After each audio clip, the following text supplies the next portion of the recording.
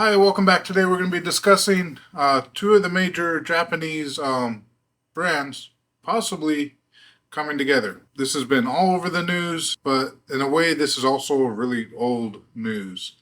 I've never made a video regarding this subject. So since I have a YouTube channel based on sport compact cars and also Nissans, I got two Nissan vehicles, and I have a store based on for Nissans.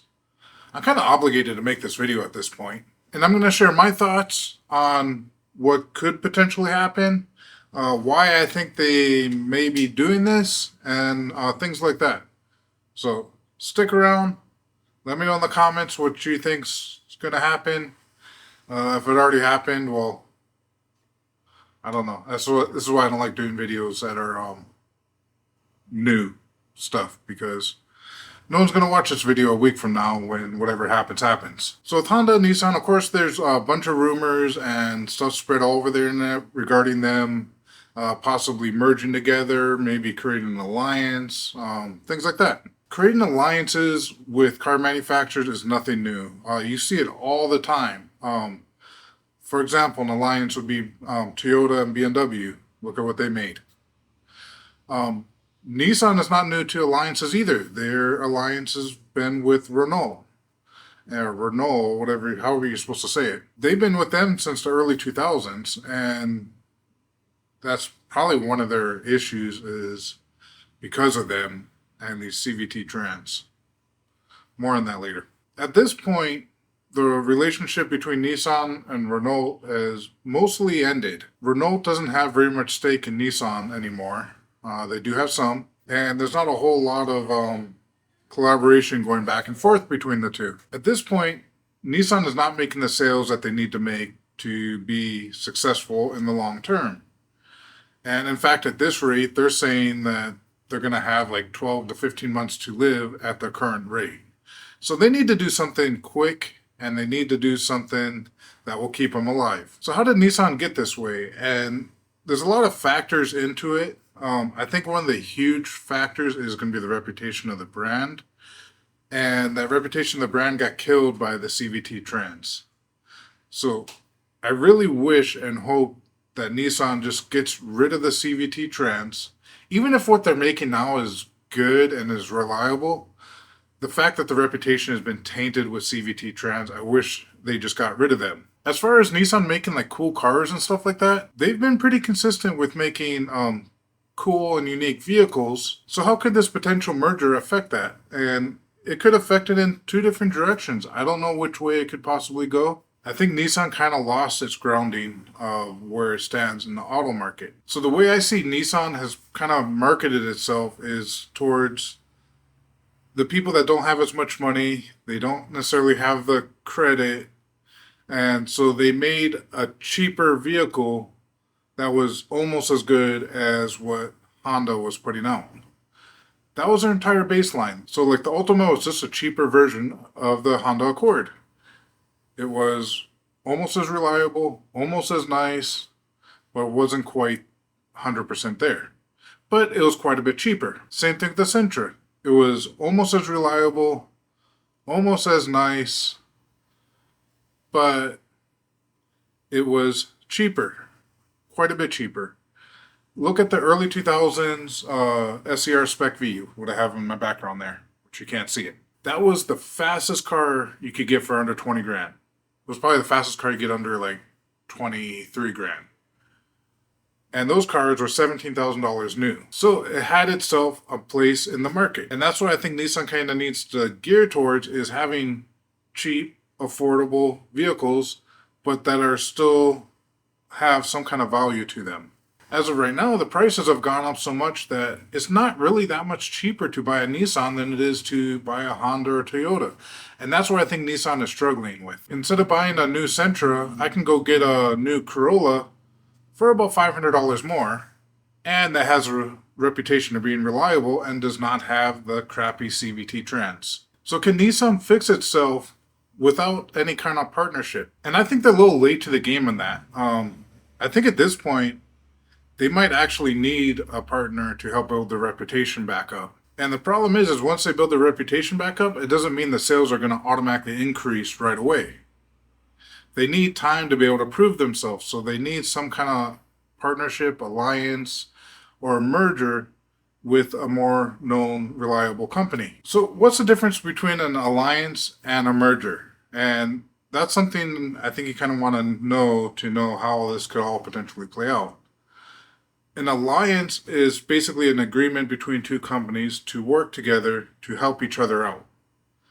So, for example, if Honda and Nissan work with each other on their EVs, so they share EV technology, EV manufacturing, all between each other, and that helps saves cost on both ends.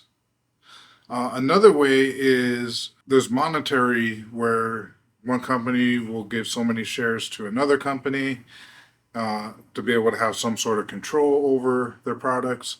And then they'll cross products over. You might find window switches from one brand to another being the same. There's a ton of different ways that companies can collaborate together to help each other out. One of the issues that I have with this Nissan and Honda, as far as them just doing some sort of alliance or collaboration, Honda's going to need to fork out some money to ensure that Nissan's successful. Because what's the point if they collaborate with each other on electric vehicles if Nissan just goes out of business in a year? So I really do feel that a merger between the two brands is very well possible. There could be some things going on where they share, like Nissan could be sharing their truck chassis and stuff like that with Honda in exchange that Honda buys shares from Nissan. Things like that could happen. There's a whole bunch of things that could happen. It could be like Mazda and Ford on their alliance, where all the Mazdas are basically running Ford engines inside of them. There's a lot of different ways these companies can work together and basically build almost identical cars without being the same company. So there is some things that Nissan does that Honda wants. At least I would think Honda would want. Honda is not very big in the EV market.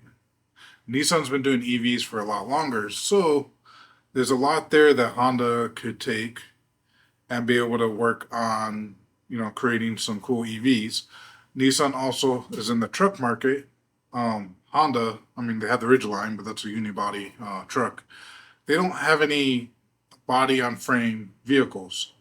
So that having a merger between them or an alliance could help bring that available to Hondas. Also, you look at the sales volumes between all the brands, Honda is not very high on the list. I don't know the exact number, but you look at Honda, it's like number 7, Nissan's like number 8. Neither of them sell more than 4 million units. One of them sells like 3.9, the other one, Nissan, sells like 3.4. So it's not a huge difference there. Nissan just doesn't know how to be profitable with it, I guess. But if you combine those two numbers and you have it as one manufacturer, and then also you throw in Mitsubishi in there, because I haven't really mentioned Mitsubishi. And you throw Mitsubishi in there, now we're looking at, sales that are going to be in your top 3. You're going to have basically Toyota's number 1, you're going to have probably Volkswagen number 2, and number 3 would be Honda/Nissan. And so that would give them a huge bump if they can acquire Nissan as far as total unit sales. I do hope that this merger does change the transmissions. I hope Honda does not adopt the CVT trans in their cars, because they would be fucking idiots. At first glance, you think, is Honda smoking crack? Why do they want a dying company? So if they combine two companies into one company, well, that actually can save a lot of money, because the cost of building things, you can have not as many people on your payroll. You can have not as many places that you need to manufacture things. When you order parts, you can order parts in bigger bulks because you're ordering from multiple name brands at a time. So instead of ordering 200,000 units of whatever part it is, you can order 400,000 units and get a better price on it. There's a lot of things that having more volume can help save both of the companies money. And if both those companies is one company, that's an easy way to coordinate all that together. Now, do I think as soon as this merger happens, we're going to get a really cool car? We'll get a new GTR. Maybe we'll get a a new 180SX, and no, I don't. The current market right now is they need to make cars that sell to the masses, and it needs to sell well. If they can't do that, they're not going to be able to do the fun cars. The fun cars requires more popular cars to fund it. Let's take Honda for example. They're going to be selling way more base model Honda Civics than they are the Honda Type R or SI or whatever. So the SI and the Type R is not their moneymaker. It is your everyday Civic that most people are actually buying. We don't like to admit that, our cars that we love isn't really what's keeping these companies afloat. They can make a new 180SX and make 10,000 of them, 20,000 of them. But it's not going to do anything for the company. It's not going to save them. It's not going to keep them around. At that point, it's just a waste of money. They need to focus on the everyday car and the sales volume of the everyday car and making it a vehicle that people actually want. That's my opinion on all this. I don't know. Thank you for watching. Aloha. Peace out.